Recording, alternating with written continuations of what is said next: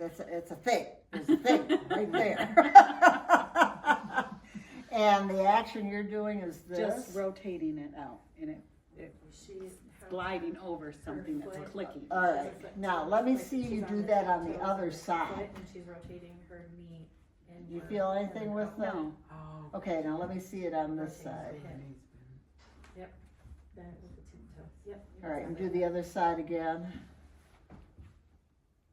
So she's able to get this around a little bit more. That's my normal. The side that's not bothering them is the normal. So you would like it if this side felt like that side. Let's have a miracle. If it's in the joint itself, it may not respond to this. Okay. So, and there's a prior injury that goes with it. But if it's over-guarding and over-protecting, this might give you some relief for a while, kind of a thing. Okay? Yeah, because the injury was the side In the joint. back. Yeah. Yeah. Right here. All right, so let's get you to lay down on the table, Which way? on your back, and put your head down there. Which one is it? My right. Of course, I can't easily get drag palpation in there, can I? So I'm going to have to rely on her sensation and, kind of a little bit more of a probing idea. But before I start trying to find the actual spot, I'm going to do some more observation and joint movement with it. So as I watch her, how many of you can see that this foot, relax, this foot comes out further and the toe comes down? Her right foot is You can feel it, Renee, too. if you wanted to feel You see what it? she was talking about. Okay, that's going to be important in a minute. Okay. In a minute. Because this is my normal. Is there a way that I can make this side that is abnormal be more normal? Is there a way I can do that? And let's see what the passive range of motion with this is. So she's got 90. She's got 45. Oh, she's limited on internal rotation. I want to compare that to the other side. Yeah, so there's definitely a limit in internal rotation on this leg that's bugging her. All right, so I've got those two measures. Let's see if we can find the spot. So you find it, and then I'll see if I can aggravate it. Is that it? Yep. Right there. Okay, now I'm going to try to isolate and see if it is actually a muscle. So I need to kind of know what's in the location there. So what attaches there primarily is the quadricep and the sartorius. So if I have you flatten your knee out, extend your knee, okay, and then I'm going to have you do a tailor sit where you relax your leg, where you're going to come around like that.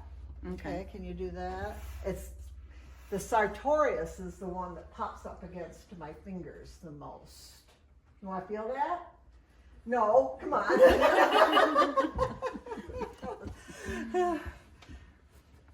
Okay, put your fingers right there. Okay. All right, now let me take my hands off. So feel it kind of pop up at you like that? Push down hard. Yeah. Okay, Renee, you want to feel it? Sure. Okay.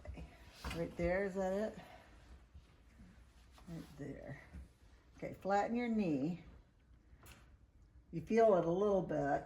Okay, but do a tailor sit. Oh. Yeah. Yep, it did. So that's how you identify a muscle. You make it concentrically contract. And for the sake of the anatomy, we have the model right here. So what you have that attaches at this unified, pretty close, that anterior superior iliac spine, is rectus femoris, the most superficial quadricep muscle, sartorius, and more laterally, tensor fascia lata. But the old rectus femoris is a hip flexor and knee extensor. Sartorius is a hip flexor, an external hip rotator, and a knee flexor. Which is part of that external. So rotation. because there was a rotation pattern where associated with the symptom, plus you're palpating and feeling the muscle tone change, you can discern more precisely which muscle is involved. But you have to know that those three things are there. To find that bony landmark, go just inferior to it, palpate, have them do actions that you know one can do and one can't do. Rectus femoris doesn't do rotation. There you go. So this is one of the places we're knowing what a muscle does. Now, it's never just a muscle. There's other stuff going on. Okay. You want to lay crooked. Your proprioception is screwed. It's dangerous being a demo. Okay, so we've got external rotation and we've got some plantar flexion going on with this. Okay, I'm going to show you how I would start with this as the biggest move. You take, this is part of the direct-indirect concept. You find what distortion you see that's big. The biggest one you see or feel. All right, and then you make it bigger. All right, so she wants to plantar flex and externally rotate. That's taking it into ease. That's taking it the way it wants to go. Real big. And then I am going to have her try to straighten herself out. Now, pay attention when she does this, because she's going to also activate another part of her body. And that's where I might go next. So point being, there's a little bit of resistance you're holding, right? Yep. Okay, so you hold it here in the indirect place. And so can you just kind of straighten your leg out? Don't give too much direction because, keep going. You want their body to kind of just find its own way so you can observe how it adapts. And that can be through feeling and watching. Can you give me a little bit more? So I don't know if you saw it or not, but her knee started to flex. Did you see that? Was that what you were gonna? No, I was seeing she was. I turning didn't there. see that, so I'll bring her back if you didn't see anything. Okay. Yep, right there. Yeah. These are, you gotta learn to trust your first flicker response, okay? One more time. Keep going. Yeah, I feel like I Yeah. pushed this down. Yeah. Okay, now you need to also bring your toes up. Now you're really She engaged seeing her the, abdomen. yeah, you're really seeing the rotation. Now, if she's hypermobile, this is it. This is all I would do with it. But if she's pretty good stability, what I would do is say, okay, go a little further now. Rotate in and bring your toes up. There you go. She's stretching herself. She's in this position. She's very isolating the area that was a little too short and pulling her in. She's internally rotating the foot. You can always feel Renee too. Oh, you're doing that? I'm doing it. And I'm giving her just the littlest bit of what's called overpressure. She takes it as far as she can go, and then I give it just a titch more. Okay, push yourself back to where you feel like it's straight. There. Now, you always have to recenter them. So what I will do is have her lift your bottom up and move it around a little bit. And Well done, Terry. Well done.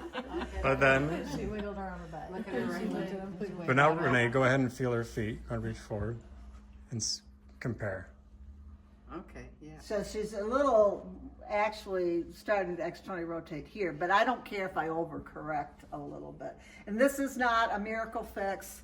There's a lot that goes on with this sort of thing, but it starts to unravel it a little bit. The heel of her shoe might be in play too. Yep. Right. Yep. Positioning her foot a certain way. And a bit in summary, if you can observe a distortion, Where is it? exaggerate it, hold it there, apply a little bit of resistance, have them move out of it back to a neutral, what feels like just a normal like starting position, and then maybe have them go a little bit further into that direction, and then maybe some overpressure. But you start with observe the distortion and make it bigger. You can't get any easier than that, you know. Was there a question, Chris? Just curious, since I'm seeing engagement with the abdomen, that would you also want to address the shoulder on the other side? That's where I'm headed. Yeah, Absolutely. yep. Paired neurologic pairs. Yep. Cross Yes. bodies. Yep. Cross body neurologic pairs. Yep. So I'm gonna activate this spot. Can you recognize that as a familiar sensation right there? No, it feels pretty good right now. Okay. I want you to gauge this as like a 10. All right? Okay. I want you to start to move this shoulder around, slow, slow, slow, until you find a spot that makes it maybe a little worse.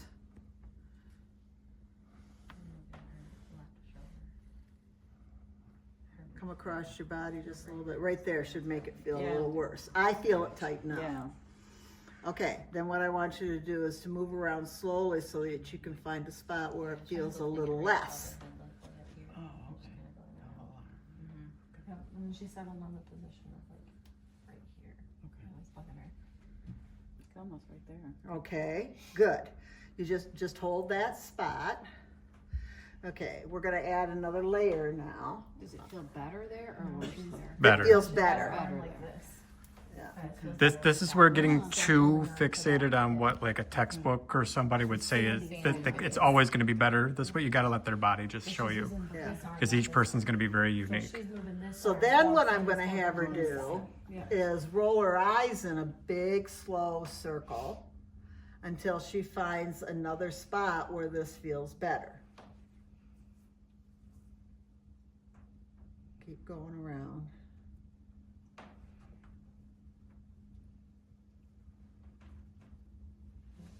Keep going around. It should be feeling like I'm pushing harder right now, and I'm not.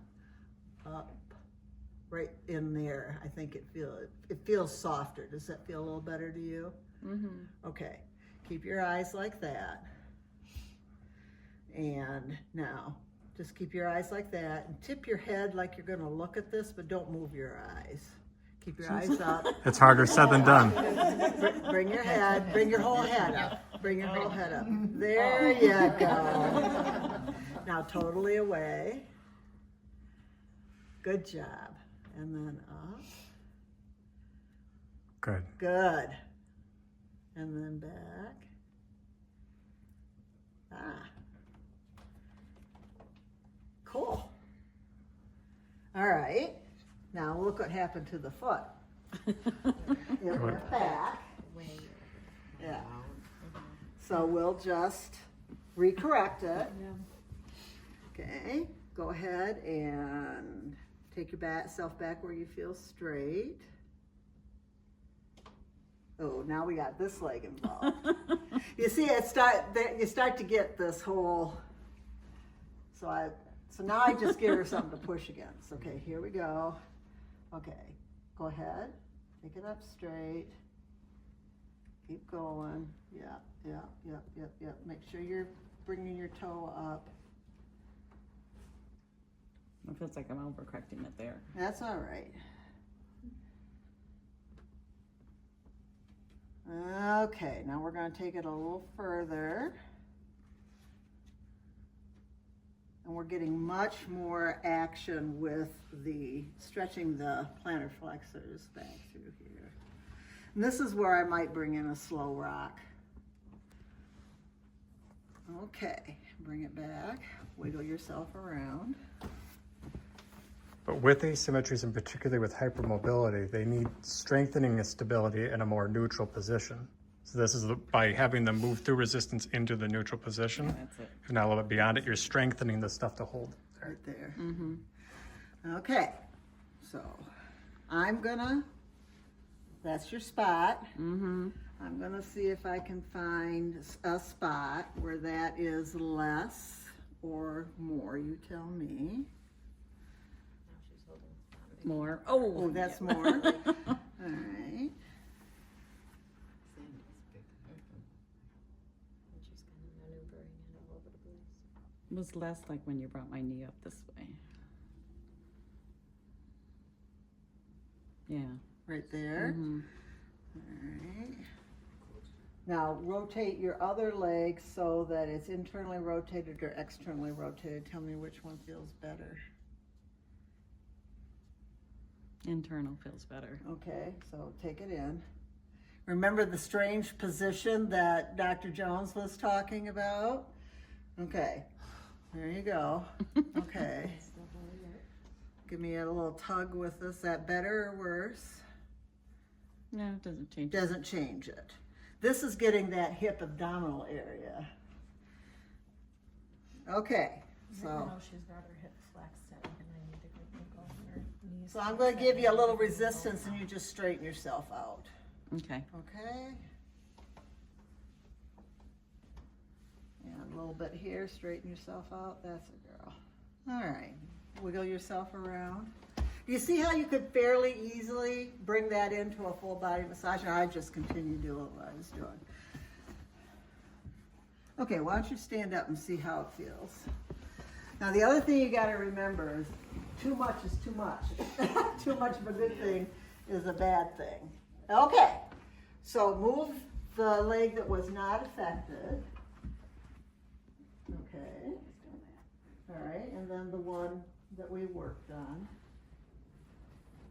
It's not cooking. Feels, and she's got more movement and she's not as afraid of it. Externally rotated.